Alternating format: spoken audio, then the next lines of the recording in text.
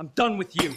Let's finally see who's in charge here. Marriage is like custom cabinetry. One wrong cut, and it all goes to hell.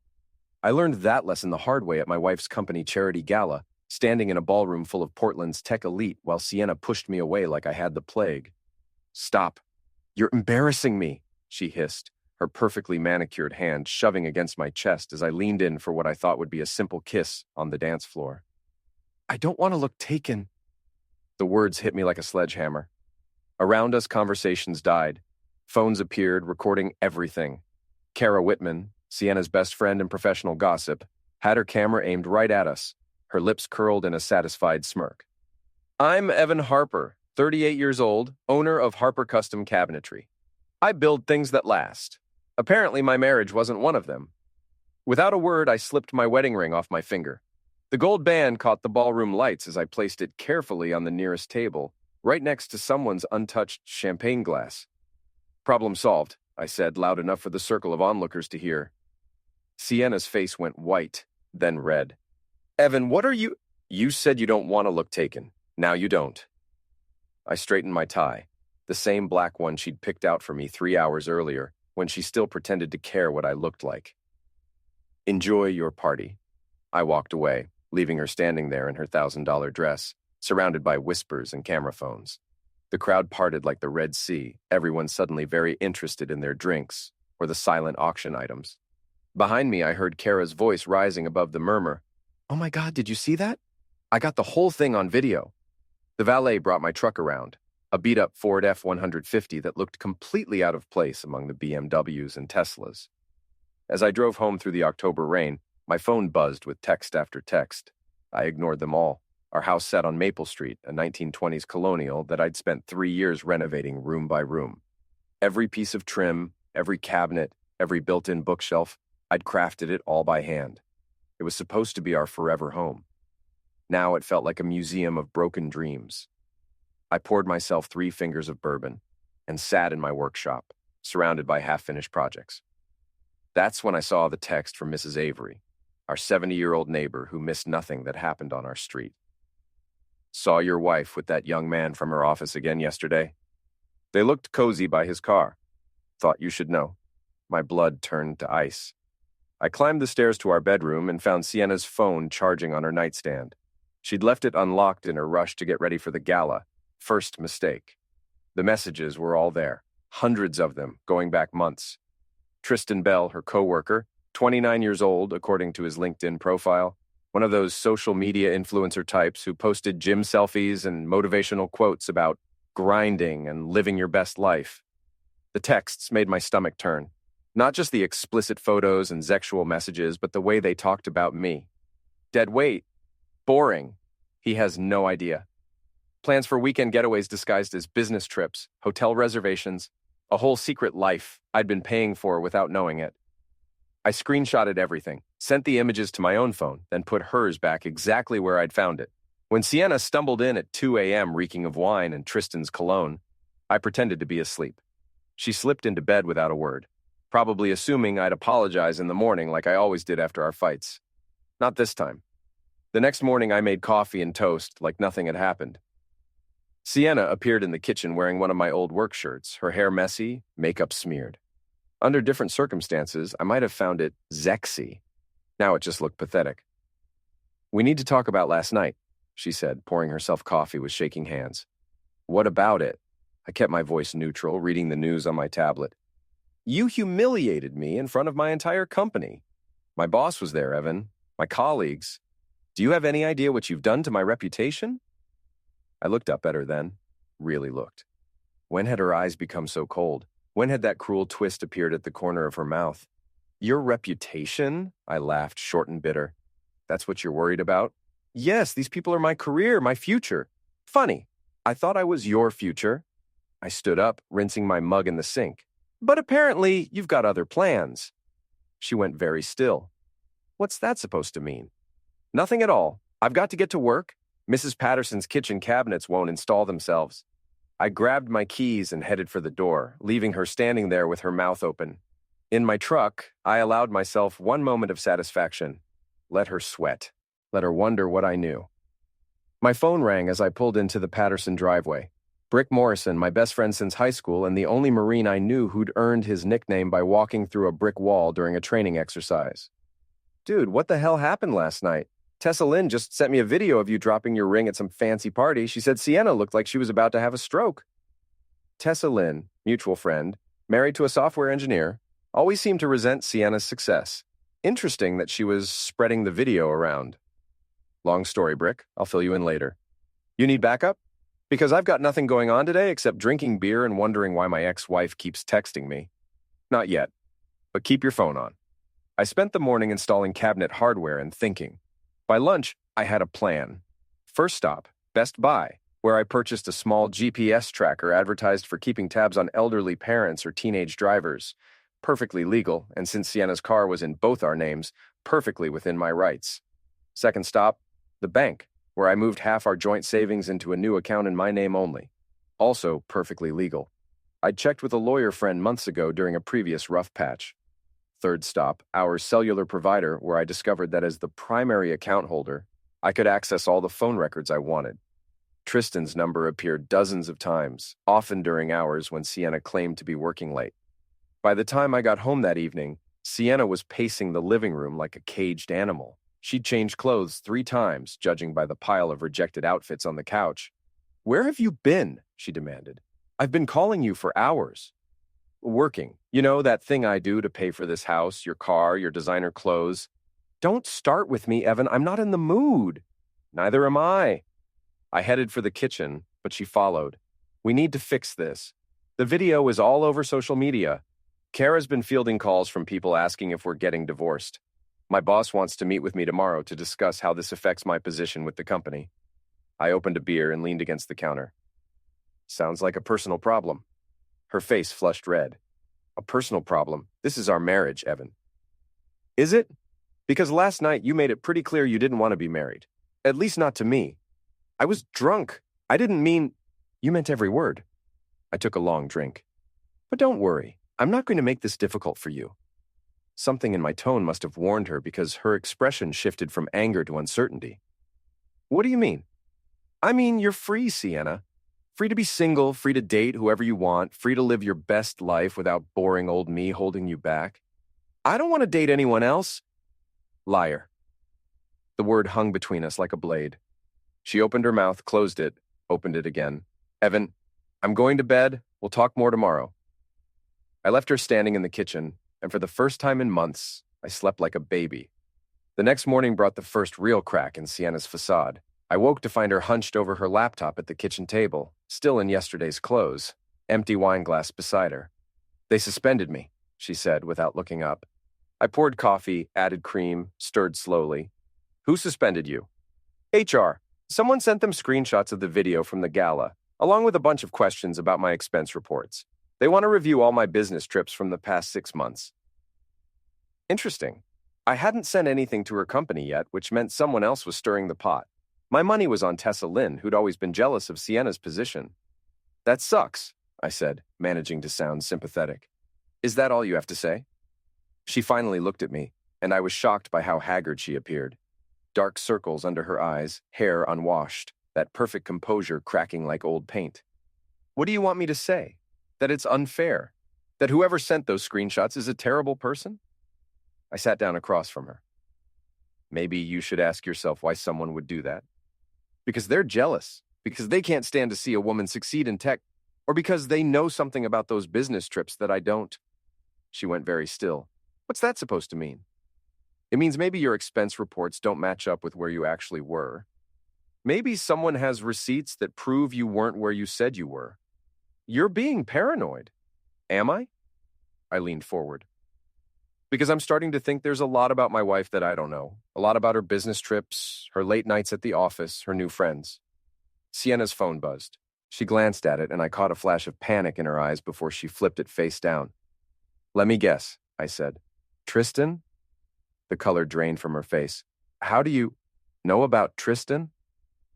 I smiled, and it wasn't a nice smile. "Lucky guess." She stared at me for a long moment, then grabbed her phone and purse. "I'm going out." "Where?" "None of your business." After she left, I activated the GPS tracker I'd hidden in her car the night before.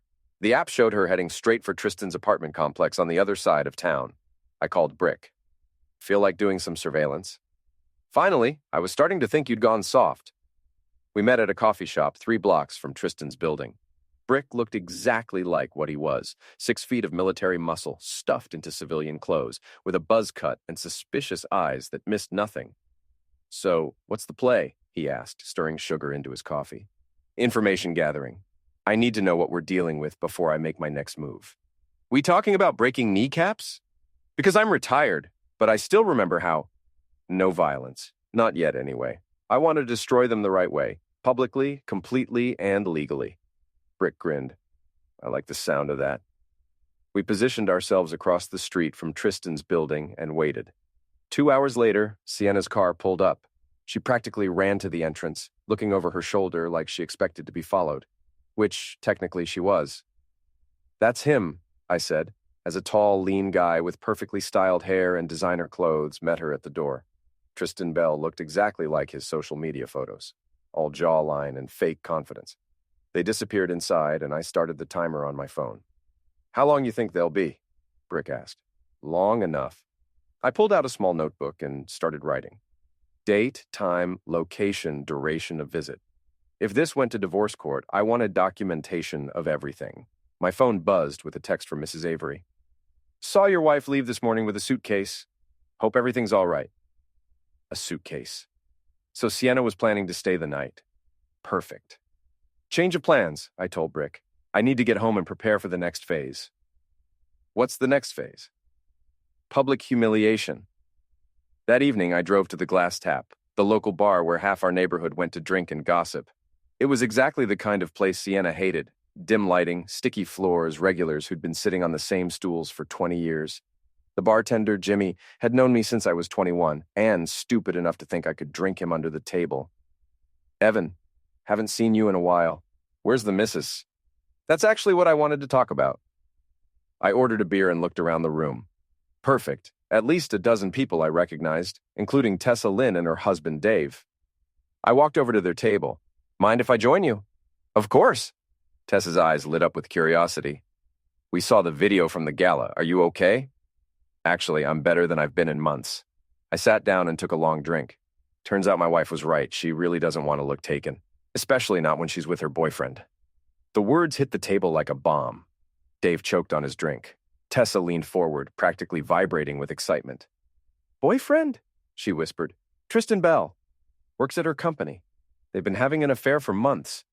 I pulled out my phone and showed them one of the tamer's screenshots, just enough to prove I wasn't lying. "She's with him right now, actually. Packed a suitcase and everything." Within minutes, the story was spreading through the bar like wildfire. I bought another round and let the gossip machine do its work. My phone rang. Sienna. "Evan, where are you? I came home and you're not here." "I'm out," I said loudly enough for the nearby tables to hear. "Having a drink with friends, being social. You should try it sometime." "Oh, wait, you already are." "What's that supposed to mean?" "Ask Tristan." I hung up and ordered another beer. Around me, conversations buzzed with speculation and judgment. By tomorrow morning, everyone in our social circle would know about the affair. Phase 1, complete. Sienna was waiting for me when I got home, pacing the living room like a trapped animal. She'd changed clothes, probably left some at Tristan's place, and her hair was still damp from a shower. "We need to talk," she said the moment I walked in. "Do we? Because I thought you were pretty clear about what you wanted." I hung my keys on the hook by the door, the same hook I'd installed when we first moved in. Everything in this house had my fingerprints on it, my sweat and blood and effort. "I made a mistake." "You made a lot of mistakes. The question is, which one are you talking about?" She followed me to the kitchen, where I grabbed a glass of water and some aspirin.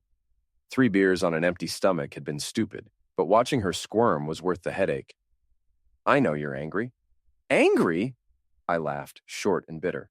"Sienna, I'm not angry. Angry is what I was 6 months ago when you started working late every night. Angry is what I was 3 months ago when you stopped wearing your wedding ring. Right now, I'm something else entirely." "What? Free?" The word hit her like a physical blow. She actually stepped backward. "Evan, please. I know I screwed up, but we can fix this. We can go to counseling. We can what? Pretend the last 8 months didn't happen? Pretend I didn't see the text messages, the hotel receipts, the lies? I set my glass down carefully, fighting the urge to throw it against the wall. Pretend I didn't watch you pack a suitcase to spend the night with another man? Her face went white. You followed me? I didn't have to. You're not as smart as you think you are. She sank into one of the kitchen chairs, the same chairs we'd picked out together at a furniture store in Portland, arguing good-naturedly about wood stain and cushion fabric. That felt like a lifetime ago. How long have you known? Does it matter? It matters to me. I studied her face, looking for some sign of the woman I'd married. She was still beautiful, that hadn't changed, but something essential was missing, something I'd been too blind or too hopeful to see disappearing. Long enough, I said finally. My phone buzzed with a text, then another, then a flood of them as words spread through our social network. I could see Sienna's phone lighting up too, probably with damage control messages from Kara and her other enablers. They know, don't they? She whispered. Everyone knows. You wanted to be single, Sienna. Single people don't get to control the narrative when their marriages explode. You told them? You actually sat in that disgusting bar and told everyone our private business? I told them the truth. There's a difference. She stood up abruptly, knocking her chair backward. You fool. You vindictive, small-minded fool. Do you have any idea what you've done to my career, my reputation? Your career? I felt something cold and hard settle in my chest. Your reputation? What about our marriage? What about the promises you made? What about the fact that you've been lying to my face for months while I paid for your affair? It wasn't supposed to happen, but it did happen, over and over and over again, in hotels I paid for, with money I earned, while you came home and lied to me about where you'd been. Tears started rolling down her cheeks, but they looked calculated somehow. Performed. I'm sorry, she whispered. I'm so sorry, Evan. I love you. I've always loved you. No, you don't.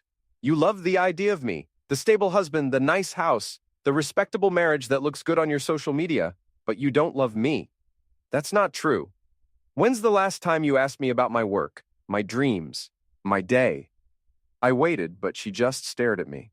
When's the last time you looked at me, really looked at me, and saw something worth keeping? The silence stretched between us like a chasm. That's what I thought, I said. My phone rang. Brick.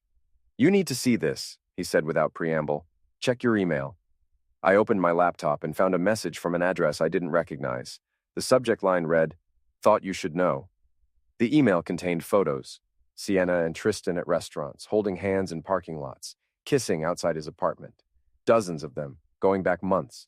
Someone had been documenting their affair long before I'd figured it out. The sender had signed it simply, a friend.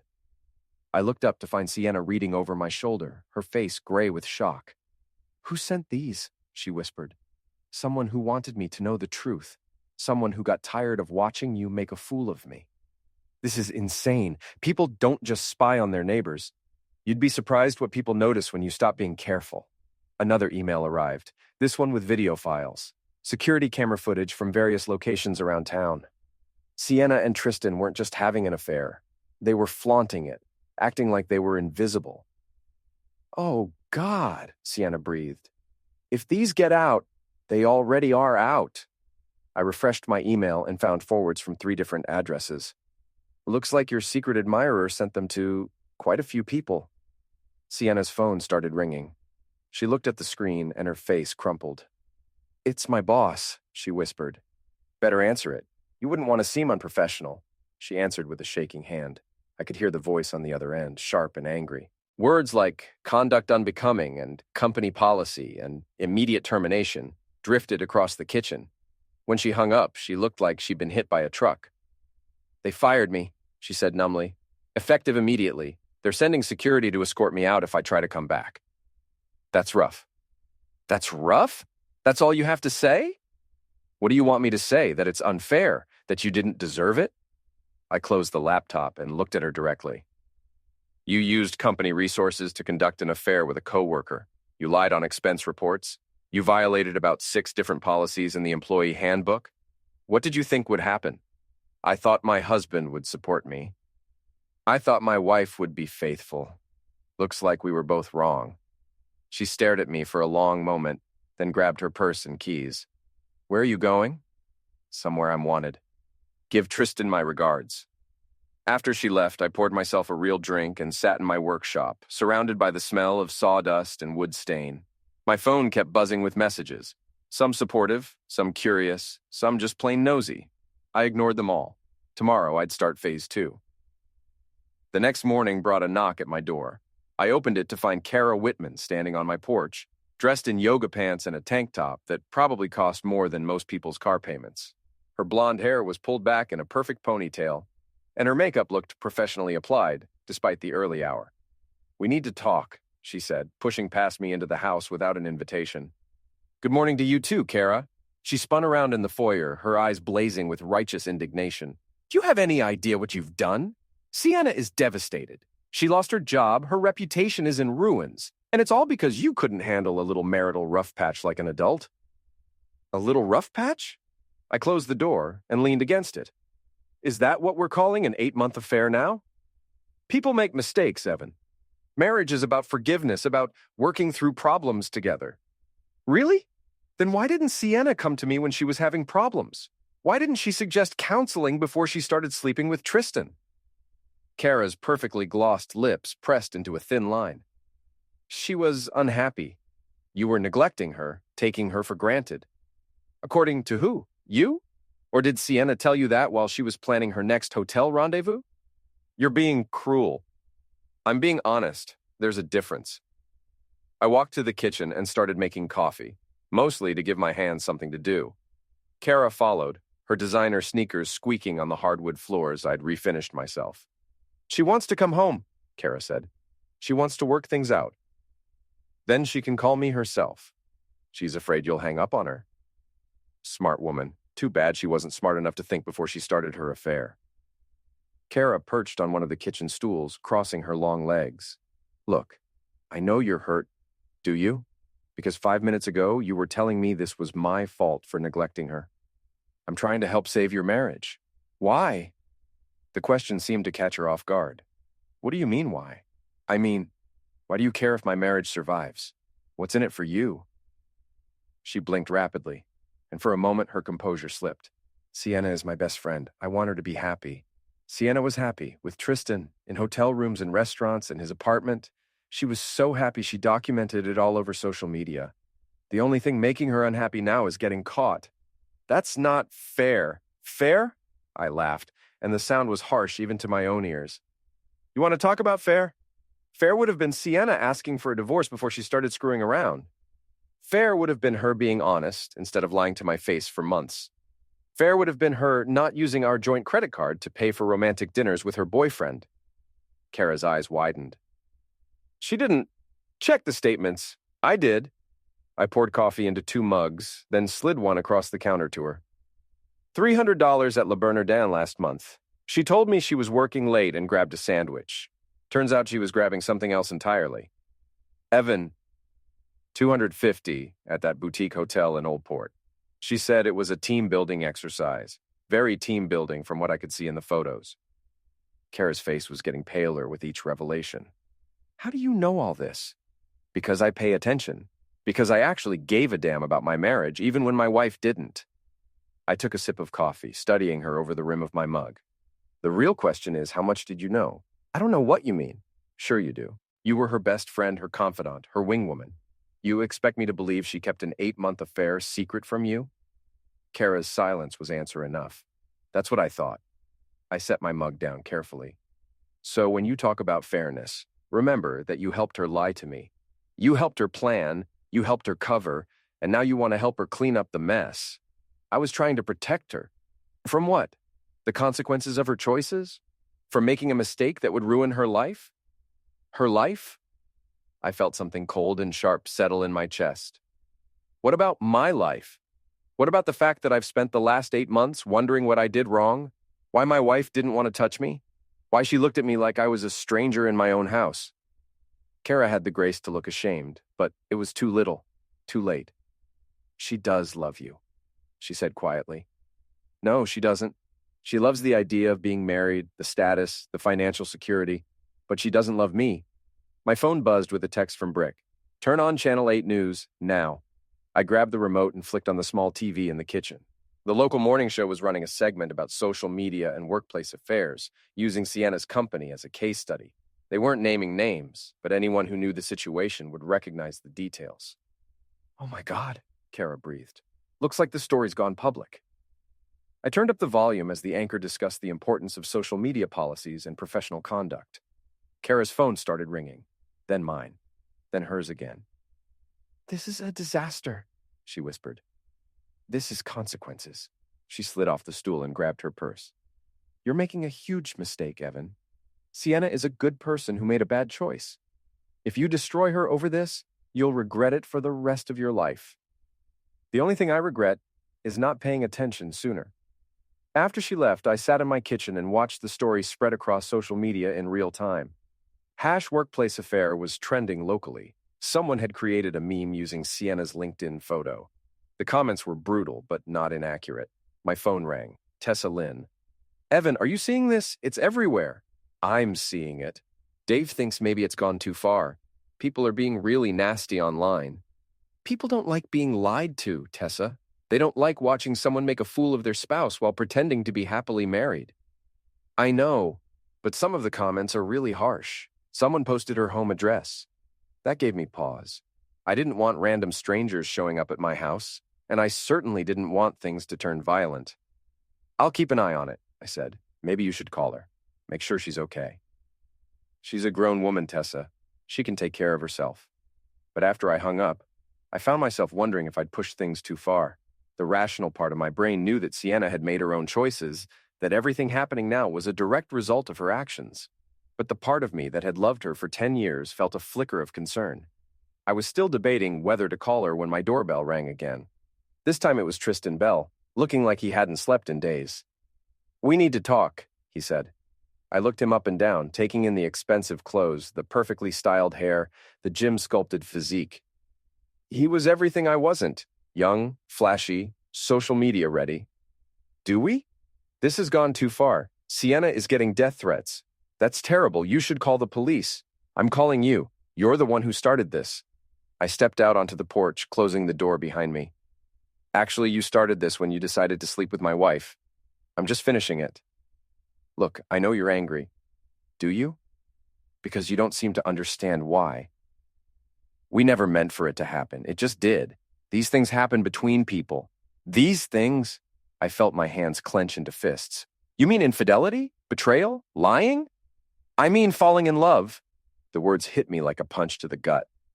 Not because they hurt, but because of how casually he said them, like love was an excuse for destroying someone else's life. "You love her?" "Yes, and she loves me." "Then why isn't she here with you?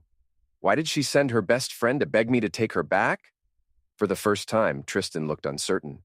"She's confused. This whole situation has her scared. She's scared because she got caught. She's scared because actions have consequences. But she's not confused about what she wants. You don't know her like I do. I know her better than you ever will. I know that she's selfish, that she's calculating, that she'll throw anyone under the bus to save herself. I know that she's probably already planning how to blame this whole thing on you." Tristan's face went pale. "That's not true." "Isn't it? When her boss called yesterday, when she got fired, did she mention your name? Did she take responsibility for the affair, or did she find a way to make it sound like she was the sufferer?" His silence told me everything I needed to know. "She's using you, kid, just like she used me. The only difference is, I was stupid enough to marry her first." I turned to go back inside, but he grabbed my arm. "Don't touch me," I said quietly. He let go immediately, but his face was flushed with anger. "You can't destroy both our lives just because you're bitter about your marriage failing." "I didn't destroy anything. I just stopped pretending everything was fine when it wasn't." The media attention, the social media maltreatment, getting her fired, that's all you. Actually, that's all consequences, natural, predictable consequences of the choices you both made. You could stop it. You could tell people to back off, ask them to respect your privacy. Why would I do that? Because it's the right thing to do. I stared at him for a long moment. This young man who thought he understood love and life and the way the world worked. The right thing to do would have been respecting my marriage. The right thing to do would have been Sienna asking for a divorce before she started sleeping with you. The right thing to do would have been honesty instead of lies. We're not perfect. No, you're not. You're selfish and entitled and completely lacking in basic human decency, and now you're learning that actions have consequences.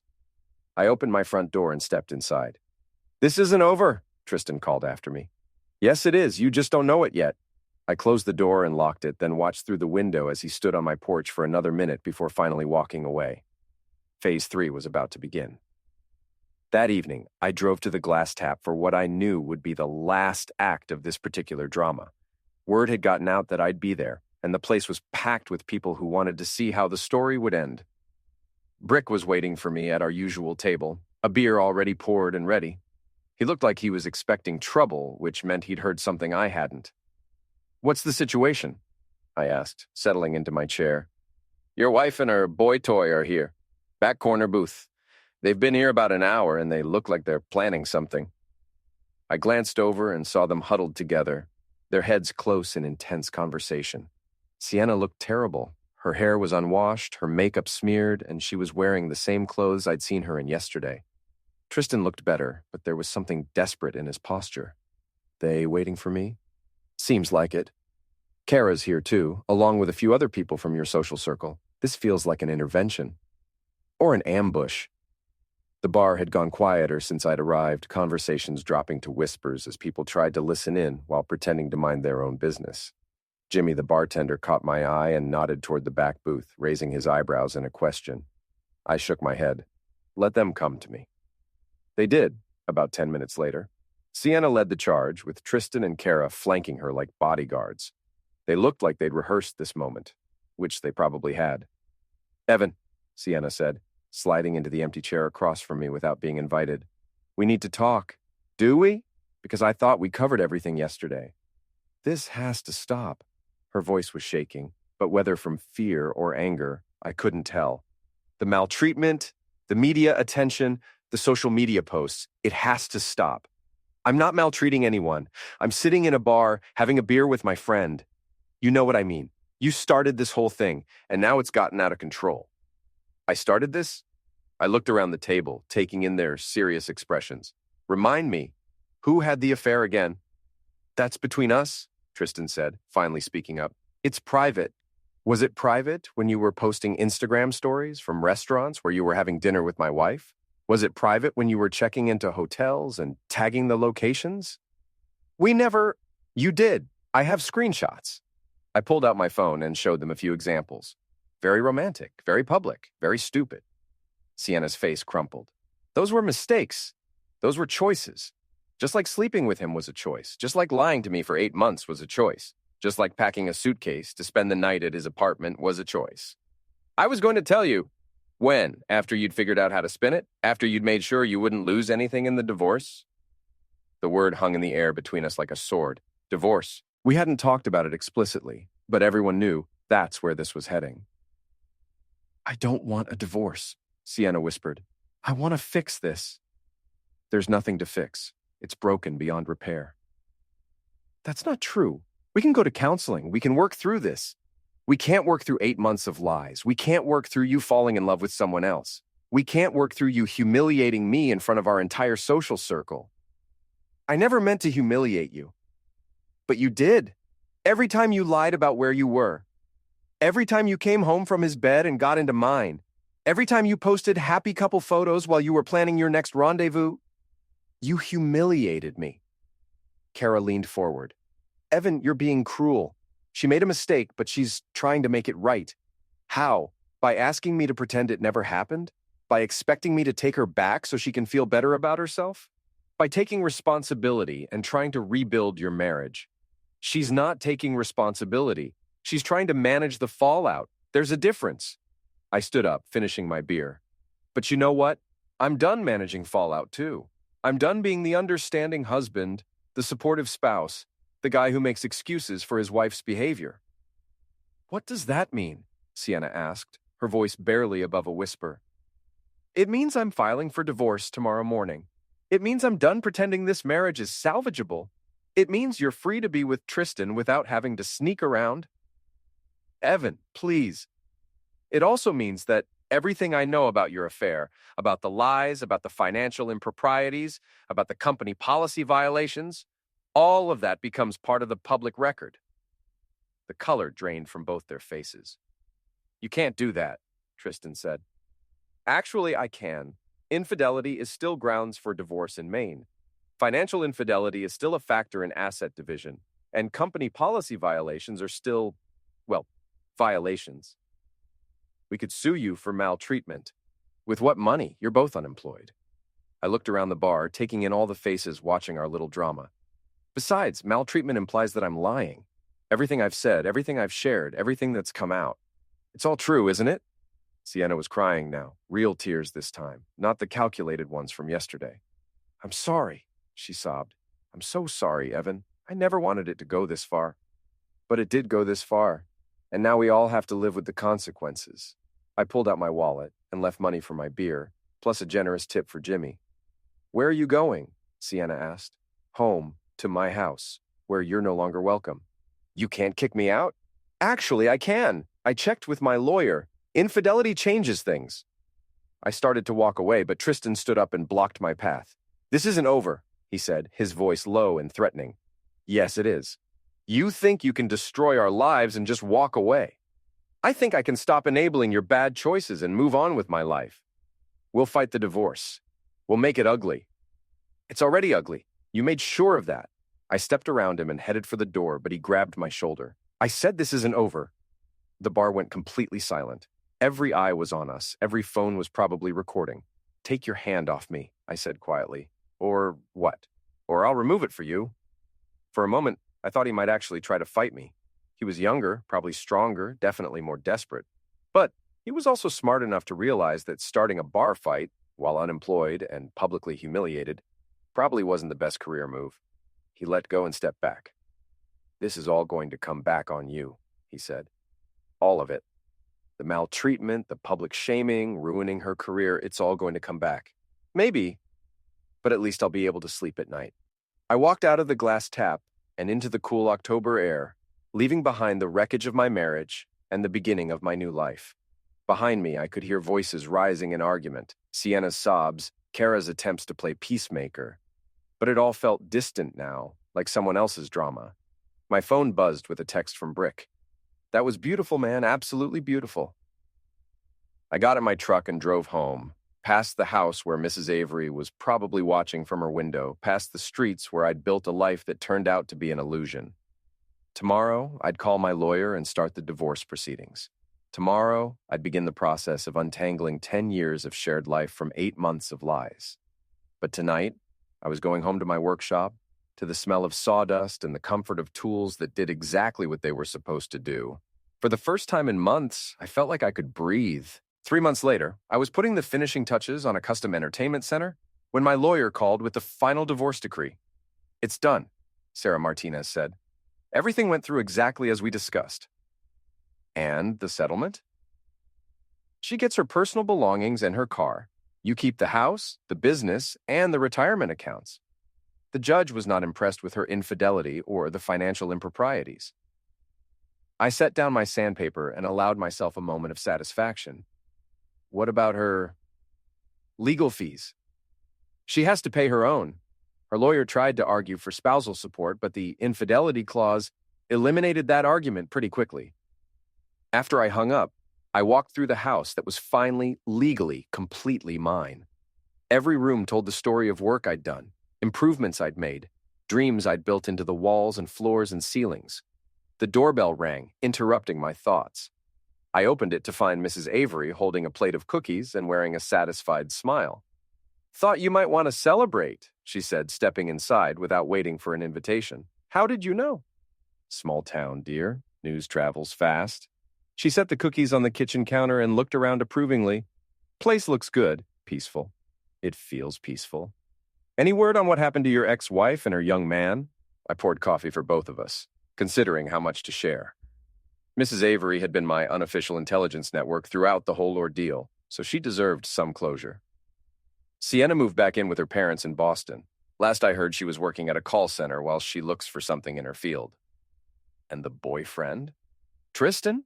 He left town about a month ago. Apparently, the local job market wasn't very welcoming to someone with his reputation. Mrs. Avery nodded approvingly. Actions have consequences. That they do. My phone buzzed with a text from Brick. Divorce party at the Glass Tap tonight. You in? I showed Mrs. Avery the message. She laughed, a sound like wind chimes. You should go, she said. You've earned it.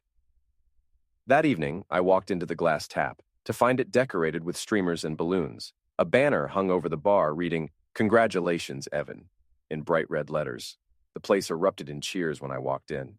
Jimmy had prepared a special cocktail called The Freedom, and half the neighborhood was there to celebrate with me. Tessa Lynn raised her glass in a toast. To Evan Harper, who proved that good guys don't always finish last. The crowd cheered and drank, and I found myself surrounded by people who'd supported me through the worst period of my life. Speech, someone called out. Speech, speech. I looked around the room at all these faces. Neighbors, customers, friends who'd stood by me when my world fell apart. I'm not much of a speech maker, I said, raising my beer, but I learned something these past few months. I learned that the truth has a way of coming out, no matter how hard people try to hide it. I learned that actions really do have consequences. And I learned that sometimes the best thing you can do is stop making excuses for people who don't deserve them. More cheers, more clapping.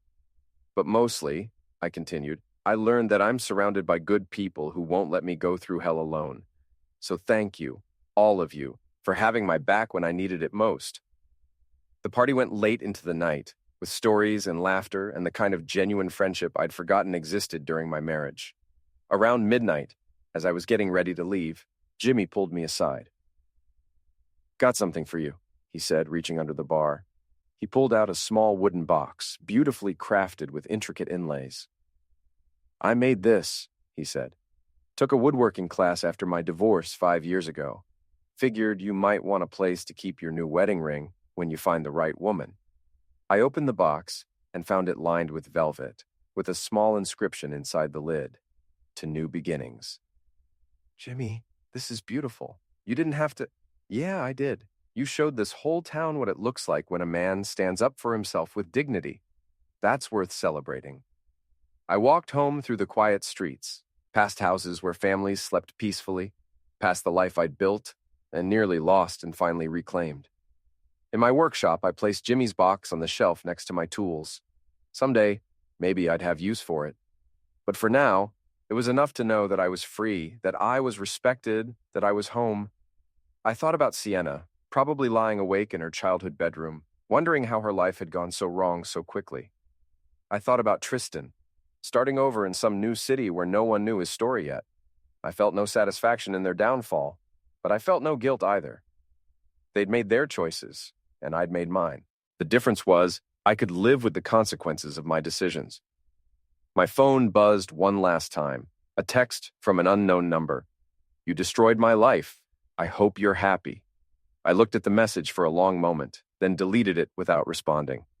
Some people never learned that actions had consequences. Some people never understood that you couldn't build happiness on someone else's pain. But that wasn't my problem anymore.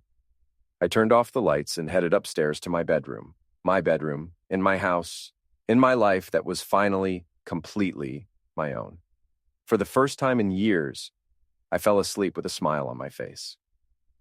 6 months later, I was installing cabinets in a kitchen renovation when I got a call from an unknown number. Against my better judgment, I answered, Evan, it's Sienna. I nearly dropped my drill. What do you want? I wanted to apologize, really apologize, and not just damage control. Okay, I'm listening. I was selfish. I was cruel. I destroyed something good because I was bored and stupid and I thought I deserved more excitement in my life. Her voice was different, quieter, less performative. I hurt you in ways that can't be undone, and I'm sorry. Thank you for saying that. I also wanted you to know that I'm in therapy. Real therapy, not just crisis management. I'm trying to understand why I did what I did, how I became someone I don't recognize. That's good, Sienna. I hope it helps. Are you happy? I looked around the kitchen I was transforming, thought about the life I'd built from the wreckage of our marriage. Yeah, I am. Good. You deserve to be happy. You deserve better than what I gave you. We both deserve better. Maybe, but you were willing to work for it.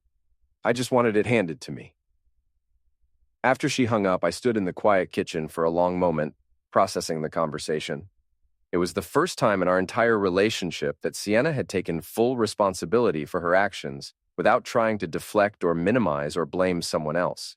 It was too little, too late, but it was something. That evening, I had dinner with a woman named Rebecca, a teacher I'd met at a coffee shop 3 weeks earlier. She was kind and funny and completely uninterested in social media drama or image management.